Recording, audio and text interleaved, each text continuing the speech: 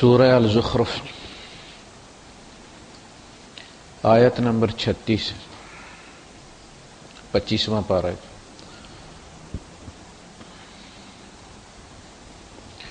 زخرف کا مطلب ہے گلٹرنگ.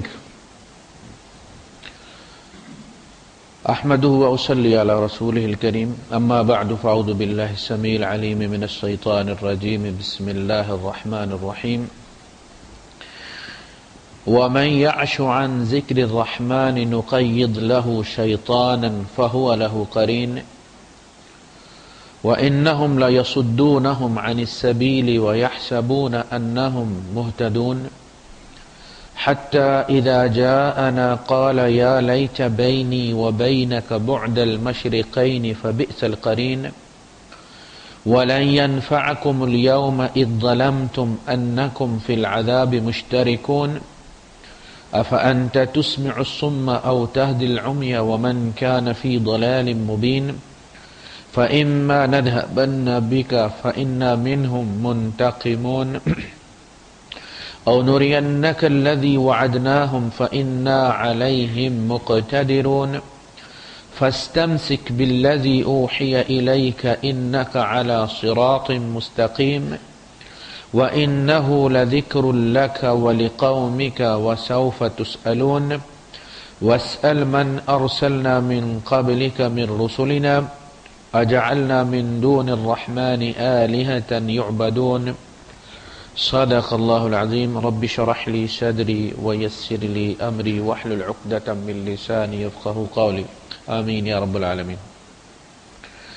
وَمَنْ يَعْشُ عَنْ ذِكْرِ الرَّحْمَنِ، اور جو رحمان کے ذکر سے اندھا ہو جائے، نابینا ہو جائے. یہ جو لفظ ہمارا نا عشاء، یہ وہ ہے یعشو. عشاء عشاء فی العین ہوتا ہے آنکھ میں اندھیارا آ جانا. کوئی چمک اچانک پڑی ہے، کیمرے کی فلیش پڑی ہے، اور اس وقت جو آپ کی آنکھوں میں ایک بلینکنیس آ جاتی ہے، اس کا نام ہے عشاء. عشاء فی العین، آنکھ میں ضعف بصر. اسی لیے عشاء کا وقت اس میں آپ بلینک ہو جاتے ہیں، کوئی نظر نہ آتی. یہ بجلی کی بات نہیں ہو رہی، بجلی کے بغیر کی بات ہو رہی ہے کہ عشاء کے وقت آپ کسی کو کلیئر کٹ دیکھ نہیں سکتے. یہ کون ہے، بندہ پہچان نہیں سکتے. یہ تو پتہ چل رہا ہے انسان ہے، لیکن کون ہے پتہ نہیں چلتا. تو عشاء کا وقت وہ وقت ہے جو بالکل بلیک آؤٹ ہو جاتا ہے.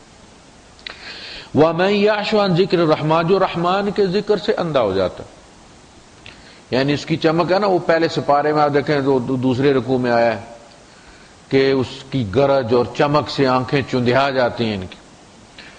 تو اس جو تقاضے ہیں نا حق کے، ان سے پھر روگردانی کرنا، اندھا بن جانا، جیسے پتہ ہی نہیں.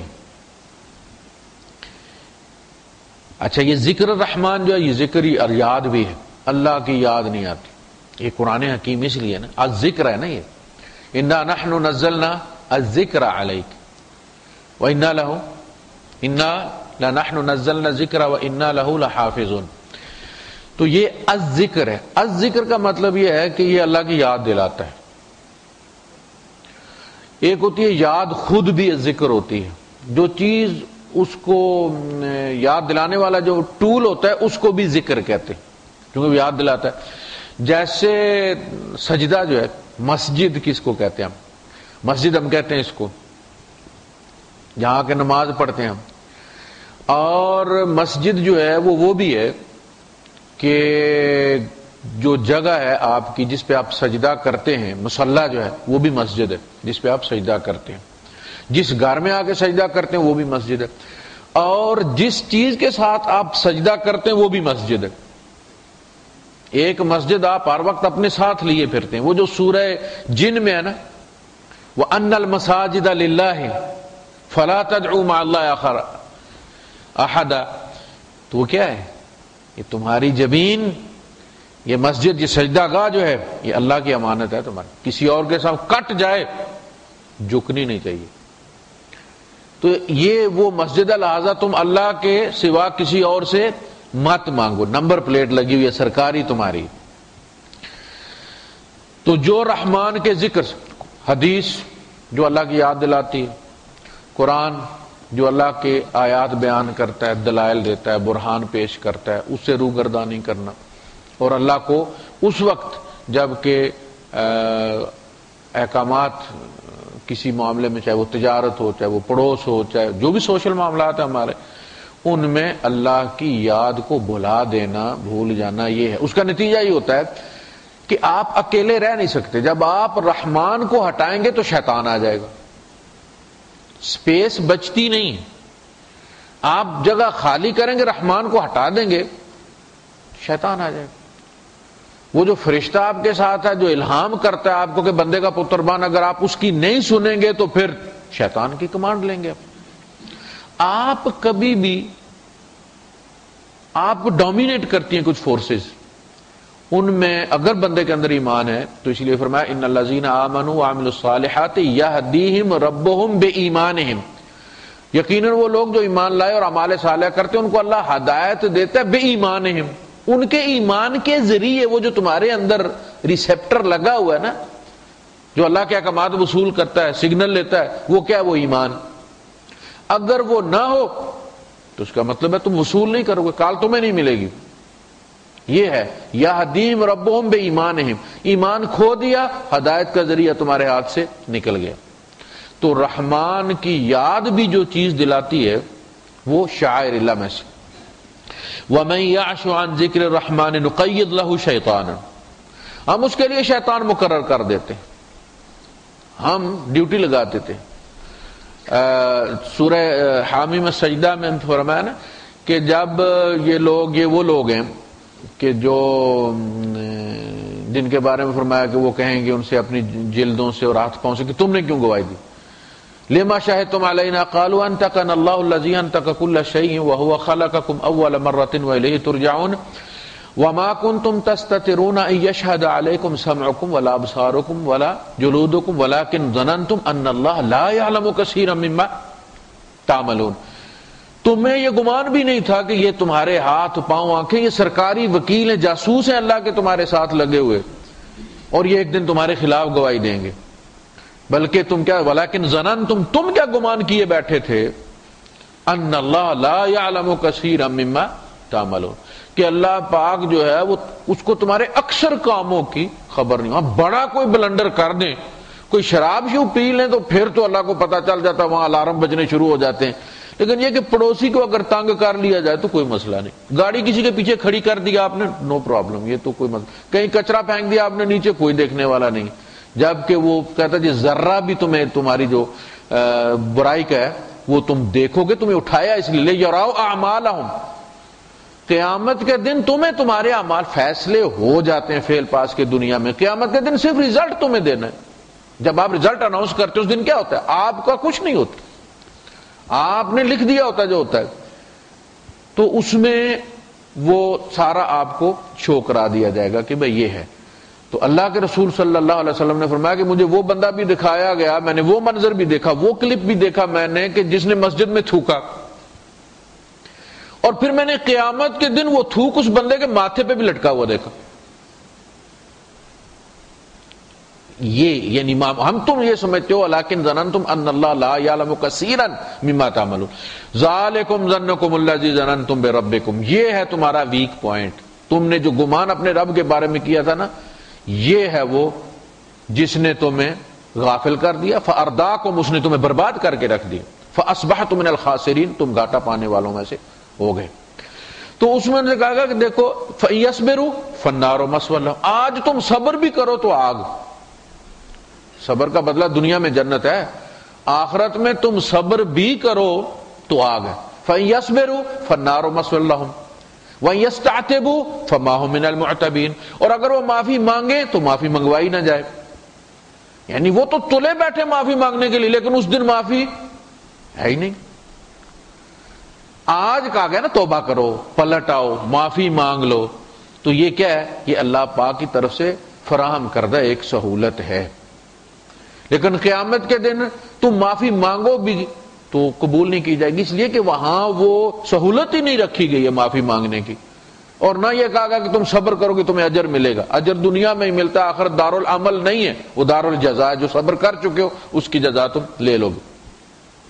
تو یہ وہ لوگ ہیں. وہاں پھر فرمایا کہ فَيَصْبِرُوا فَالنَّارُ مَثْوًى لَهُمْ وَيَسْتَعْتِبُوا فَمَا هُمْ مِنَ الْمُعْتَبِينَ وَقَيَّدْنَا لَهُمْ قُرَنَاءَ، وہی لفظ جو یہاں استعمال ہوا، وَقَيَّدْنَا لَهُمْ قُرَنَاءَ فَزَيَّنُوا لَهُم مَّا بَيْنَ أَيْدِيهِمْ وَمَا خَلْفَهُمْ.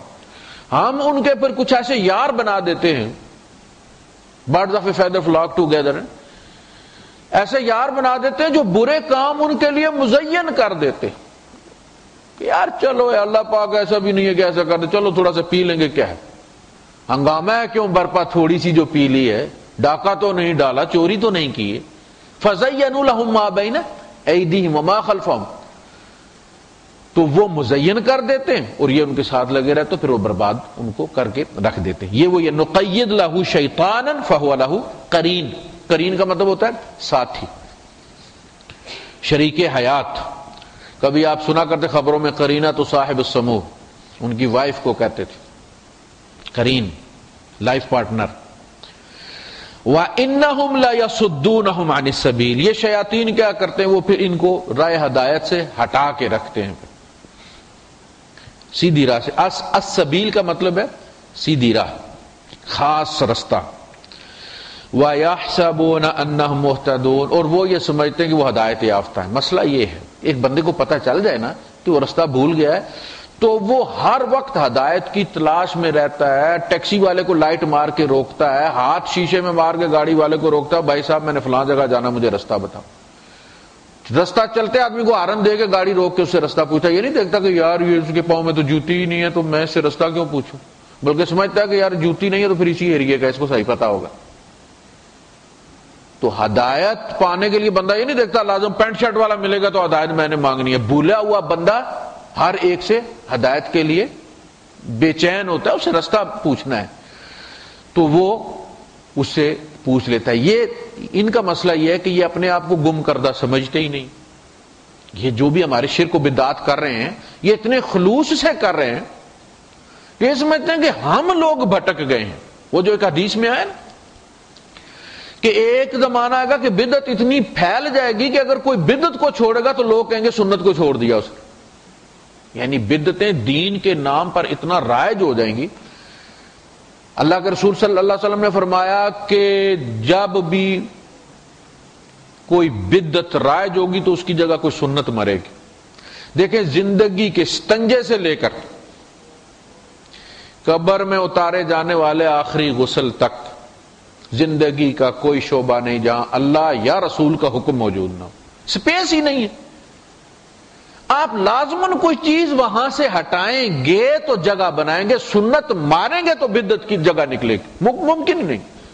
سنت، ہر بدعت سنت کی قبر کا لوح مزار ہے،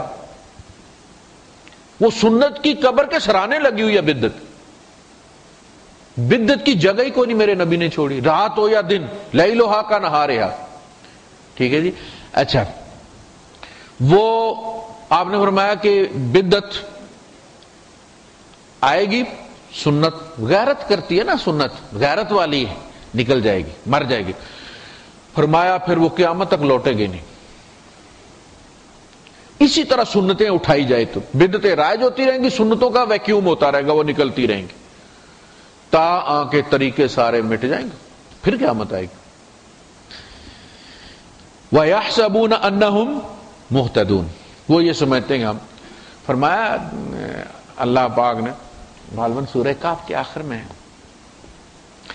کہ قُلْ هَلْ نُنَبِّئُكُمْ بِالْأَخْسَرِينَ أَعْمَالًا، اے نبی ان سے کہو کہ کیا میں تمہیں بتاؤں ان لوگوں کے بارے میں کہ جو گھاٹے کے سودا کرنے والا. اکثر کا مطلب ہے یہ سپرلیٹو ڈگری ہے، سب سے بڑے خسارے میں مبتلا ہونے والے. اخسرین اعمالا الذین ضل سعیہم فی الحیات الدنیا، جن کی سعی کوشش، وہ مالی ہو، وہ بدنی ہو، وہ روحانی ہو، جسمانی ہو، کچھ بھی ہے، فی الحیات الدنیا وہم یحسبون انہم یحسنون صنعا، وہ یہ سمجھتے ہیں کہ ہم نیکیاں کر رہے ہیں. ایک بدعتی کی بنسبت ایک گناہگار زیادہ اچھا ہے، اسے پتہ ہے، گلٹی کانشیس ہے اس کے اندر کہ میں گناہگار ہوں، توبہ کر لے گا کبھی نہ کبھی. جب بھی گرفت میں آتا، پکڑا جاتا، کہتا میرے مالک غلطی ہوگی. بدعتی کیا کرتا ہے؟ وہ الٹا ان بدعتوں کا واسطہ دیتا ہے، فلاں چادر کے صدقے ہمیں معاف کر دے جو ہم نے چڑھائی تھی، فلاں بکرے کے عوض ہماری مصیبت دور کر دے، وہ اور عذاب میں مبتلا ہو جاتا ہے۔ بھڑکانے والی بات ہوگی۔ تو فرمایا کہ الذین ضل سعیہم فی الحیات الدنیا وہم یحسبون انہم یحسنون صنعا، ایک آدمی نے ٹھیک ہے انفاق نہیں کیا، بخیل ہوگا، لیکن وہ پکڑا بھی نہیں جائے گا اس کی طرح جس نے انفاق کیا غیر اللہ کی راہ میں، غیر اللہ کی راہ میں جو اس نے پیسے خرچے ہیں وہ اب پکڑا جائے گا۔ وہ یہ سمجھتا ہے کہ اس نے ٹوپی سر پہ رکھ لیا جناب پٹھے کی، اور شلوار اس نے اوپر کر لیا ٹخنوں سے، اور 11ویں شریف میں پیسے ڈالتا ہے ہر مہینے، وہ تو اب وہ جنتی ہے۔ اس جیسا جنتی کون ہو سکتا؟ اسے یہ نہیں پتا کہ یہ 11ویں کیا چیز ہے۔ یہ اسی آیت میں حرام کی گئی ہے غیر اللہ کی، جس میں خنزیر حرام کیا گیا، خود بھی کھاتے ہو دوسروں کو بھی کھلاتے ہو۔ وما اہل لغیر اللہ، جو غیر اللہ کے نام پر مشہور ہو جائے، وما اہل لغیر اللہ، وما ذبح علی النصب، جو بے شک اللہ کے نام پر ذبح کیا جائے لیکن کسی استحان پر مزار پر لے جا کے ذبح کیا جائے، وما ذبح علی النصب، اور جس پر اللہ کا نام نہ لیا جائے وہ الگ۔ یہ جو پوری قسمیں آئی ہیں ان میں یہ قسم بھی شامل، لیکن وہ یہ سمجھتے ہیں کہ وہ انہم مہتدون، وہ ہدایت یافتہ، یہ لوگ بدوائے ہوئے، کہنا مر گئے مردود، نہ فاتحہ نہ درود۔ ہمارا دیکھیں جی ہر جمعرات کو ہم کراتے ہیں، کیا یہ جمعرات حضور نے کرائی ہیں، صحابہ نے کروائی ہیں، تابعین نے کروائی ہیں، امام ابو حنیفہ نے اپنی امی کی کروائی ہے۔ یہ کب راج ہوں؟ جب مولوی پکھا ہوا ہے۔ انگریزوں نے حکومت توڑی نا، تو انہوں نے انگریزی زبان سرکاری بنا دی، جس کو انگریزی آتی ہے نوکری ملے گی۔ وہ جو کل تک میجسٹریٹ تھے نا، یقین کریں انہیں چپراسی رکھنے کے لیے کوئی تیار نہیں تھا۔ یہ 1862 میں جب 1857 کی جنگ آزادی فیل ہوئی تو انگریزوں نے مکمل کنٹرول حاصل کرنے کے بعد 1862 میں اسلامی قوانین منسوخ کر دیے، فارسی اور عربی کو غیر سرکاری زبان قرار دے دیا، انگلش کو سرکاری زبان قرار دے دیا۔ ہندو نے محنت کی، اس نے عہدے لے لی۔ ہمارے مولوی صاحب انگریزوں کے غصے میں، ان کی عداوت میں کہا انگریزی کے قریب نہ جانا۔ وہ زبانیں ساری اللہ پاک کی نعمت ہیں، اس نے اپنی نشانی بیان کی ہے اس کی، تو انہوں نے دور رکھا۔ نتیجہ یہ رہا کہ گھوم پھر کے پھر وہی مدرسے، نوکریوں سے برخاست ہو گئے یہ سارے، تو ان کو پھر ہٹا دیا انگریز نے۔ اس کے نتیجے میں پھر مولوی ہو گیا بھوکا، اب نہ انگریزی مولوی پڑھے نہ کوئی نوکری اچھی ملے، گھوم پھر کے یہی ہے کہ بھائی لوگوں کی روٹیوں پہ ہم نے پلنا ہے۔ ایک کولا لے کے نکلے، کسی نے دال ڈال دی، کسی نے ٹینڈے ڈال دیے، کسی نے جناب والی کھوسے ڈال دیے، کسی نے بھنڈیاں ڈال دی، وہ پورا مکس ہوا، وہ آ کے کھانا ہے۔ کیا ہوا؟ احساس کمتری پیدا ہو گئے مولوی صاحب کے اندر۔ اب روٹی پوری کرنی ہے۔ اس سے پہلے مولوی صاحبان کا باقاعدہ حکومت کی طرح، جیسے یہاں اوقاف تنخواہ دیتی ہے نا، ایسے تنخواہ مقرر ہوتی تھی اسٹیٹ کی طرف سے۔ سب سے کھاتا پیتا جو ہوتا تھا نا وہ یہ مولوی ہوتا تھا، یہ الگ، یہ ریزیڈنٹ میجسٹریٹ ہوتا تھا مولوی۔ آپ دیکھیں انڈیا میں اب بھی ہے، انڈیا میں جو مولوی قاضی ہے ان کا، مسلمانوں کا، اس کے سامنے آپ دفعہ 162 کا بیان دے سکتے ہیں، آپ اعتراف کر سکتے ہیں، اس کے اعتراف پہ آپ وہ ایف آئی آر درج ہوتی ہے۔ تو نتیجہ یہ نکلا کہ پھر مولویوں نے پیٹ بھرنے کی، جب حکومت غریب ہوتی ہے تو ٹیکس لگاتی ہے، چولہا ٹیکس، بٹیرا ٹیکس، فلاں ٹیکس۔ مولویوں نے کیا لگایا؟ 11ویں شریف، جمعرات شریف، ورا شریف، فلاں شریف، فلاں شریف۔ میں یہ کہتا ہوں کہ کبھی کسی نے مولوی صاحب کے بھی گھر جمعرات کھائی؟ آخر اس کا بھی تو وہاں پہ وہ مرا ہی ہے نا یار۔ مولوی کیوں نہیں اپنے یہاں جمعرات کرواتا؟ آپ میں سے کسی کو کوئی ہوا ہے کسی مولوی صاحب کے گھر جمعرات یا ورا کھانے کا؟ نہیں ہوا نا، کرواتے ہی نہیں۔ وہ دوسروں کے ماں باپ کے پیچھے لگے ہوں کہ تمہارے ماں باپ کا کیا بنے گا۔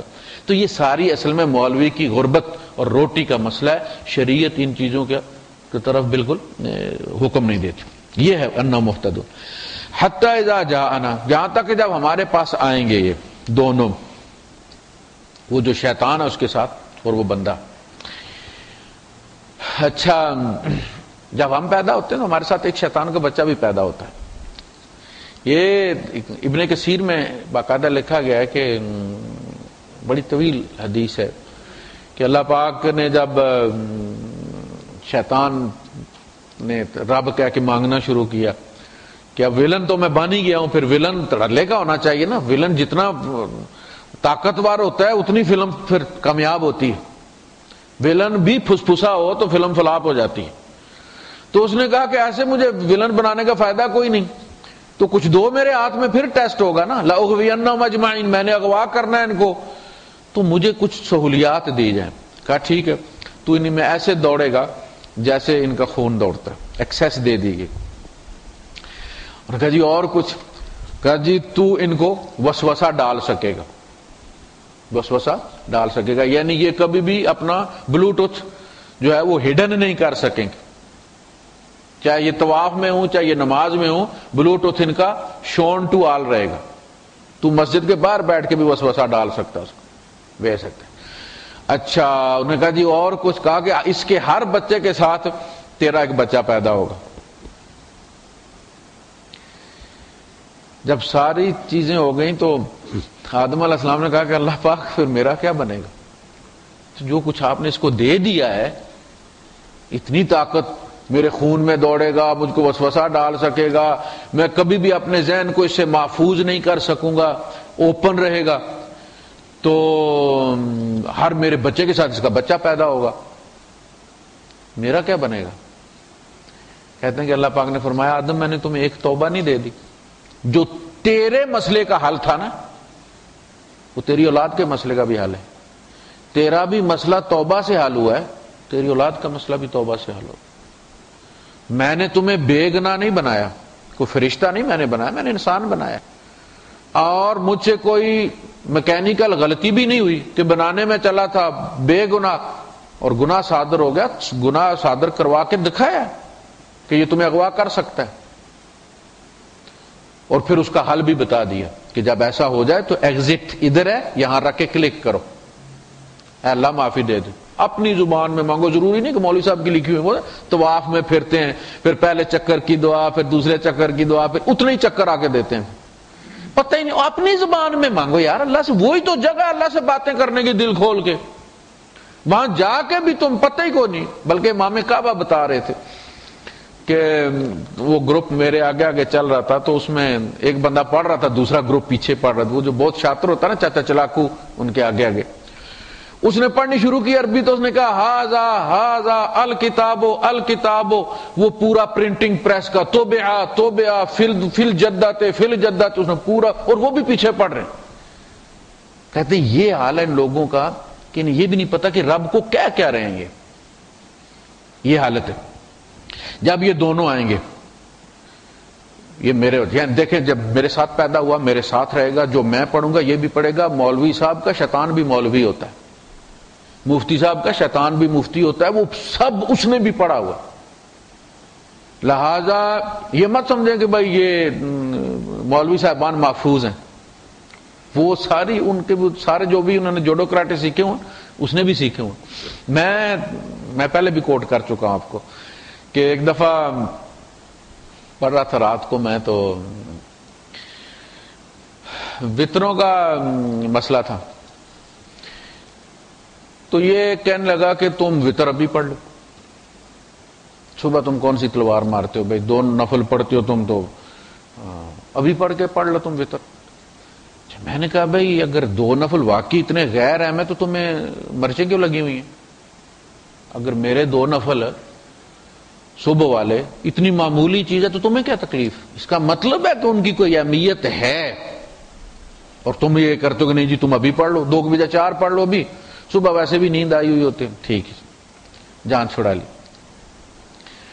صبح رات کو زکام تھا مجھے، میں نے لے لی وہ فلوڈریکس لے لی، 2 ڈبل ڈوز لے لی، صبح نیند آئی تو بڑی میٹھی۔ اچھا کہنے لگا کہ سو جاؤ وطر قضا پڑھ لینا تھا، میں نے کہا یار بری بات ہے، بہت اصرار کیا، میں نے کہا اچھا پیشاب کر کے سو جاتا ہوں، اٹھ گیا پیشاب کرنے کے لیے آیا تو واش روم میں نے کہا کہ اچھا یہ تو جان چھوٹی بستر سے اٹھایا میں، تو میں نے کہا کہ ابھی وضو کرتا ہوں اور پڑھتا ہوں، تو یہ تو واجب ہے، یہ تو واجب ہے، یہ ایسی تھوڑی ہے کہ میں اسے چھوڑ دوں گا نیند کی وجہ سے اور پھر اللہ پوچھے گا نہیں۔ کیا کہتا ہے؟ کہتا ہے کہ امام شافعی کے نزدیک سنت ہے۔ آپ نے دیکھا مولوی کا شیطان بھی مولوی ہوتا ہے۔ یہ میری ہنسی نکل گئی، میں آپ کھلکھلا کے ہنس پڑا کہ دیکھو خانہ خراب کہاں سے دلیل ڈھونڈ کے لایا۔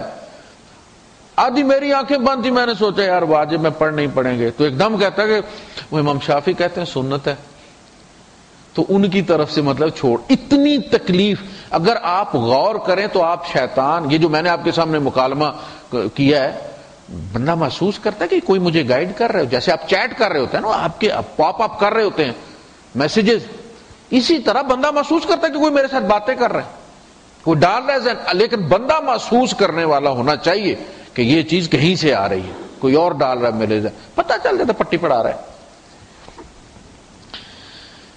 تو جب یہ آئیں گے دونوں، قال یا لیت بینی و بینک بعد المشرقین، یہ بھی ابن کثیر میں لکھا ہوا ہے کہ جب قبر سے نکلیں گے تو اس کو اور شیطان کو ہتھکڑی لگا دی جائے گی.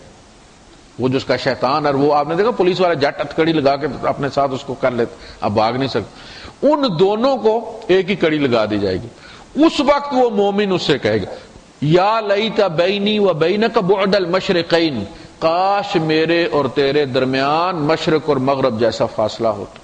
یہ تو اب، اور وہ یہاں تک کہ آگ میں اسی طرح اسی کڑی میں دونوں آگ میں بھیجے جائیں گے.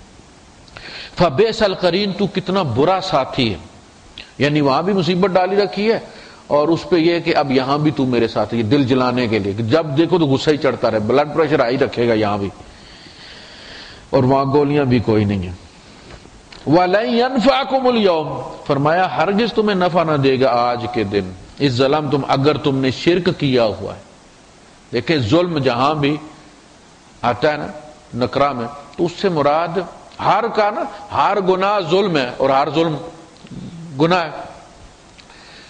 اصل ان شرک لظلم عظیم، اصلی ظلم وہ ہے، ورنہ تو اگر باقی گناہ ہوں تو اللہ پاک معاف کر دے.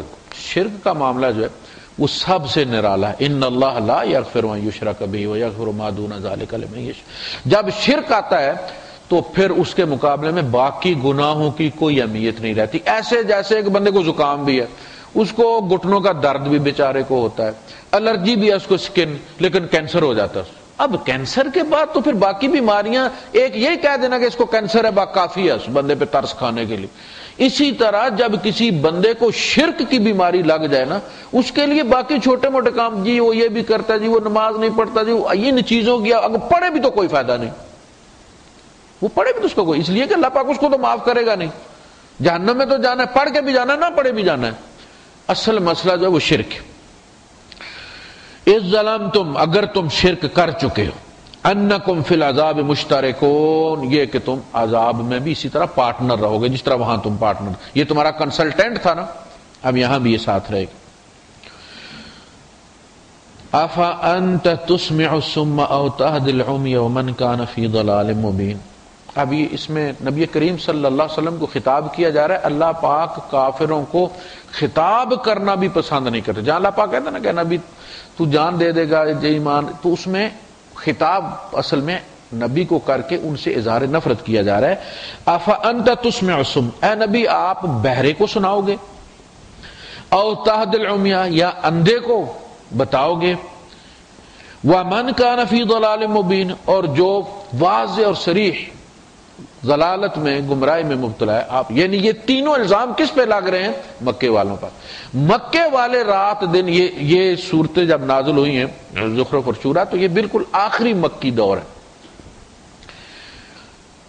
تو وہ کوشش، پلاننگ جو بھی کرتے تھے ان کی یہ تھی کہ اگر ایک کانٹا نکل جائے، یہ نبی اگر کسی طریقے سے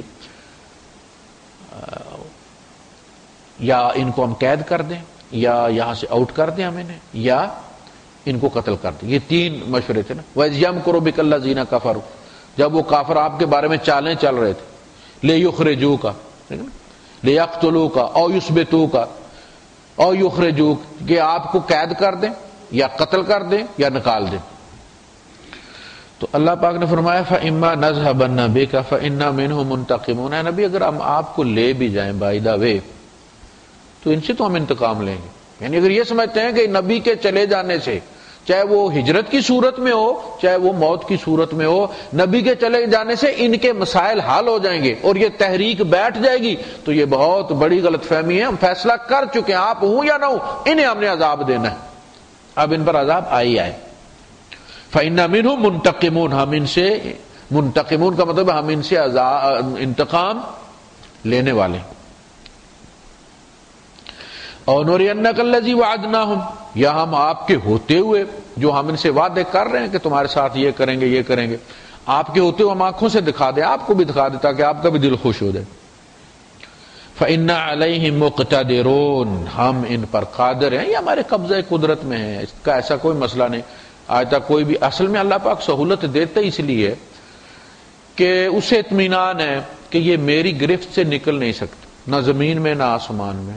جب بھی میں نے گرفت کرنی، اللہ کو یہ نہیں، ہمیں تو یہ ہوتا کہ بھئی یار یہ بندہ اگر میں نے اس کو اب نہ پکڑا تو یہ ایم پی اے بن جائے گا، ایم این اے بن جائے گا، پھر یہ طاقتور ہو جائے گا.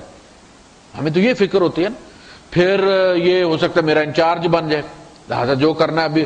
اللہ پاک کو اس قسم کا کوئی خدشہ نہیں. کوئی بادشاہ بھی بن جائے، وجہ آرڈر ہوتا ہے تو اپنے بیٹے کے ہاتھوں مارا جاتا، لو اس کے گھر میں ہی عذاب موجود ہے. فَاسْتَمْسِكْ بِالَّذِي أُوحِيَ إِلَيْكَ، آپ اس کو پکڑے رہیں جو آپ کی طرف وحی کیا جا رہا ہے. اصل اہمیت اس کتاب کی، یہ بہت بڑا، ہمارے پاس ہماری بدقسمتی ہم سمجھتے نہیں ہیں کہ بہت بڑا اعزاز ہے کسی قوم کے پاس اللہ کے کلام کا ہونا. یعنی آسمان والوں کی نظریں اس قوم پر ہوتی جس کے ہاتھ میں یہ ہوتے ہیں. اِنَّكَ عَلَىٰ صِرَاطٍ مُسْتَقِيمٍ، آپ سیدھے رستے پر ہیں، بے شک آپ سیدھے رستے پر. آپ اس کو پکڑے، یعنی اس کو پکڑے رکھیے. اللہ کے رسول صلی اللہ علیہ وسلم نے ان آیات کی جب تفسیر بیان کی تو آپ نے فرمایا کہ یہ کتاب جو ہے یہ اللہ کی رسی ہے، ترفعہ بید اللہ و ترفعہ بایدیکم، اس کا ایک سرا اللہ کے ہاتھ میں، دوسرا سرا تمہارے ہاتھ میں ہے.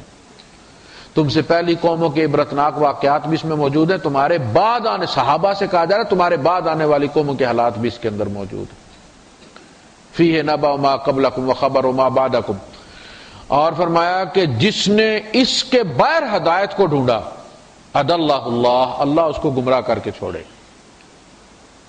من قال بہ صدق، جس نے اس کی اتھارٹی پہ کہا اس نے سچ کہا، جس نے اس کی دلیل سے کہا اس نے حق کو واضح کی، اور جس نے ہدایت کو اس کے باہر ڈھونڈا اس کو اللہ گمراہ کر دے. وَإِنَّهُ لَذِكْرٌ لَكَ وَلِقَوْمِكَ، اور یقیناً یہ آپ کے لیے اور آپ کی قوم کے لیے ذکر سے مراد ہے کہ اس کے ذریعے آپ ہمیشہ آپ کا تذکرہ رہے گا. دیکھنا ہماری دین کی سند کیا ہے، وہی لوگ جن کے دفن کے وقت کفن نہیں ملا تھا. مصعب بن عمیر رضی اللہ تعالیٰ عنہ، ایک دھوتی تھی ان کی جس میں ان کو دفن کیا گیا. سر کی طرف کھینچتے تھے پاؤں ننگے ہو جاتے تھے، پاؤں کی طرف کھینچتے تھے سر ننگا ہو جاتا تھا. اور یہ وہ بندہ تھا جس کے لیے شام سے آیا کرتا تھا عطر، لیکن اللہ کے راہ میں سب کچھ چھوڑ دیا انہوں نے.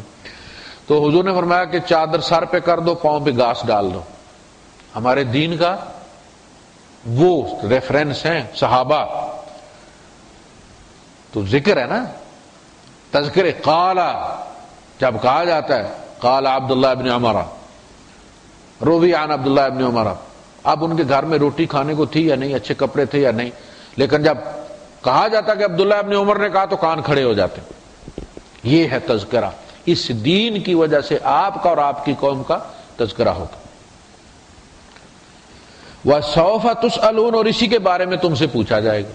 یعنی کہ بھائی ایک نعمت ہم نے تمہیں دی تھی وہ کدھر چھوڑی ہے. اسی لیے حضور نے فرمایا تھا نا بلغوا عنی ولو آیا، کہ میرے بیہاف پہ پہنچاؤ، یہ تمہارے اوپر میرا حق ہے بحیثیت رسول، اور تمہارا فرض ہے بحیثیت امتی کہ تم یہ پیغام پہنچاؤ.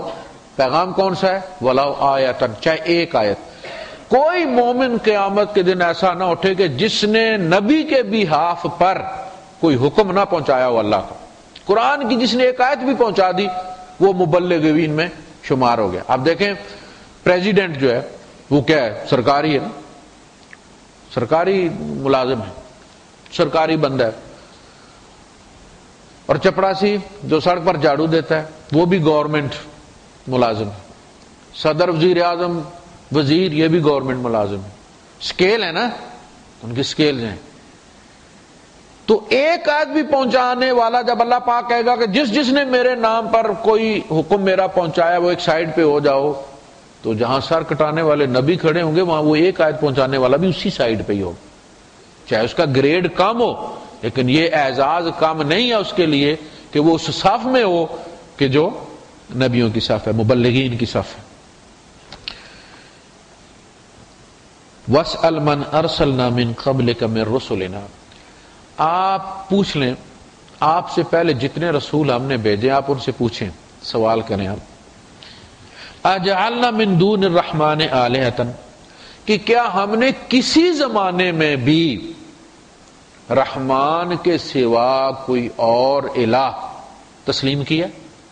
بھئی ہوتا ہے نا کہ پہلے بندہ غریب ہوتا ہے تو 2-3 پارٹنر بنا لیتا ہے، پھر جو مضبوط ہونا شروع ہوتا ہے تو پھر پارٹنروں کو کان پکڑ کے باہر نکالنا شروع کر دیتا ہے، یار بیچ دے، تو کیا کرے گا، تو ویسے یار تو بیچ دے۔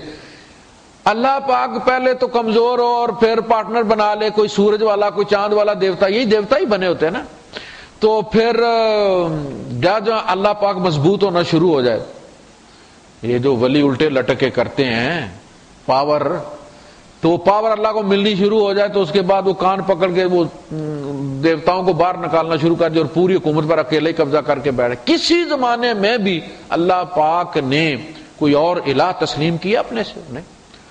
کبھی نمازیں تھیں کبھی نہیں تھی، کبھی روزے تھے کبھی روزے نہیں تھے، کبھی 2 بہنوں کا نکاح ایک بندے سے ہو سکتا تھا کبھی نہیں ہو سکتا تھا، کبھی ایک بہن اور بھائی کا نکاح ہو سکتا تھا آدم علیہ السلام کے زمانے میں، ایک جوڑے والا دوسرے جوڑے کے ساتھ کرتا ہے، لیکن اس میں کلمے میں کبھی کوئی کمپرومائز، لا الہ الا اللہ میں کبھی کوئی کمپرومائز نہیں رہا۔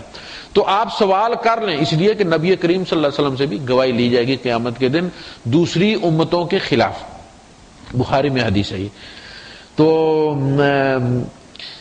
وَاسْأَلْ مَنْ أَرْسَلْنَا مِنْ قَبْلِكَ مِنْ رُسُلِنَا، یہ کہا جاتا ہے کہ جب نبی کریم صلی اللہ علیہ وسلم معراج پہ گئے تو انبیاء سے ملاقات ہوئی، تو پھر انبیاء نے حضور کے پیچھے 2 رکعت نماز شکرانے کے پڑھے جب، تو اس وقت جبرائیل نے حضور سے کہا کہ وہ جو آپ کو اللہ نے کہا تھا نا، اس موقع کے لیے کہا تھا وَاسْأَلْ مَنْ أَرْسَلْنَا قَبْلَكَ مِنْ رُسُلِنَا، آج سارے رسول موجود ہیں جو آپ سے پہلے گئے، آپ ان سے سوال کر لیں، کل یہ سوال اس کا جواب قیامت کے دن بہت کام آئے گا، تو آپ ان سے سوال کریں۔ حضور نے ان سے پوچھا کیوں بھائی، اللہ پاک نے کبھی اس پہ کمپرومائز کیا کسی زمانے میں بھی کہ اس کے سوا کوئی الہ؟ سب نبیوں نے کہا نہیں، سب سے پہلے ہوتا تھا لا الہ الا اللہ، پھر ہوتا تھا نوح نجی اللہ، پہلے لا الہ الا اللہ ہوتا۔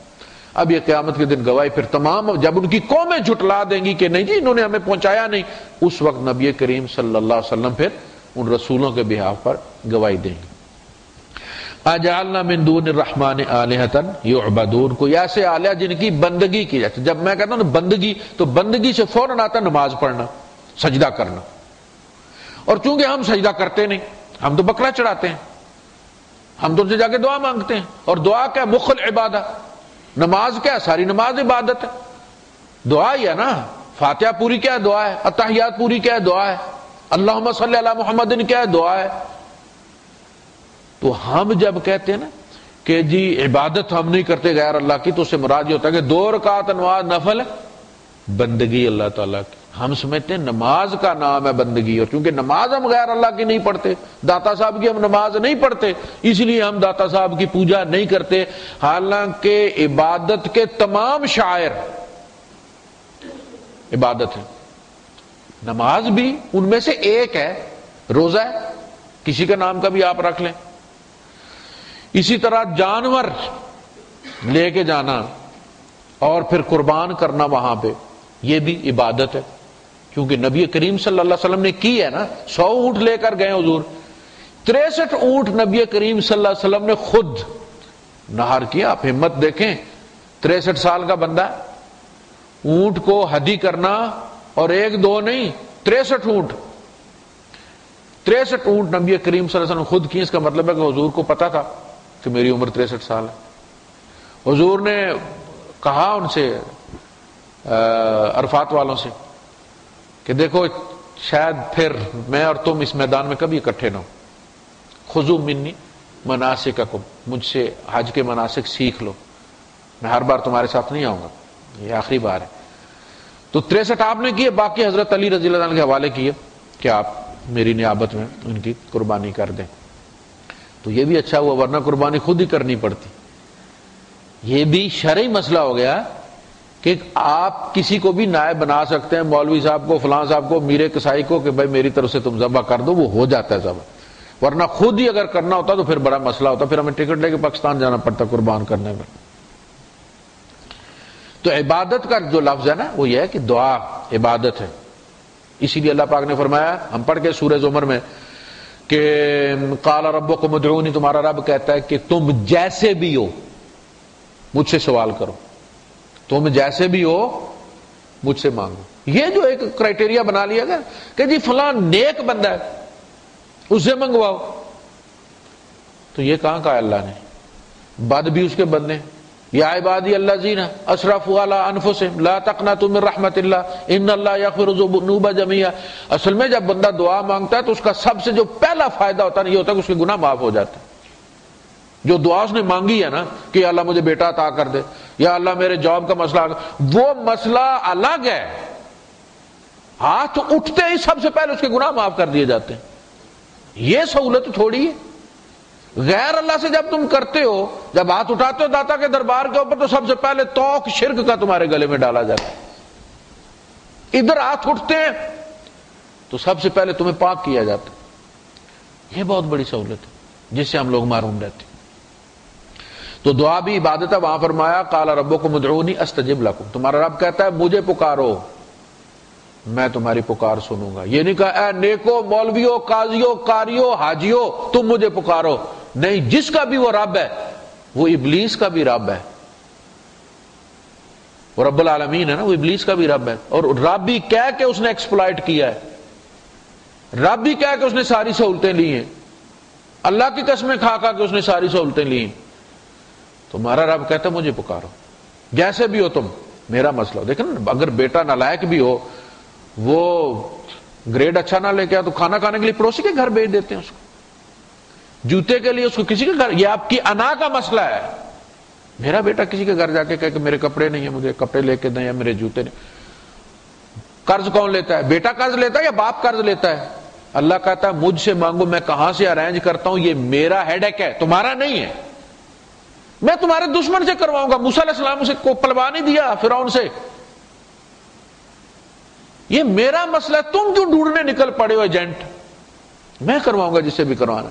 ان الذین یستکبرون عن عبادتی، لفظ غور کریں آپ، قال ربکم ادعونی، تمہارا رب کہتا ہے مجھ سے دعا کرو، فرمایا جو ان الذین یستکبرون عن دعائی، اصل میں لفظ کیا ہے؟ جو میری دعا سے، مجھ سے مانگنے سے تکبر کرتے ہیں، لیکن لفظ کیا استعمال کیا؟ الذین یستکبرون عن عبادتی۔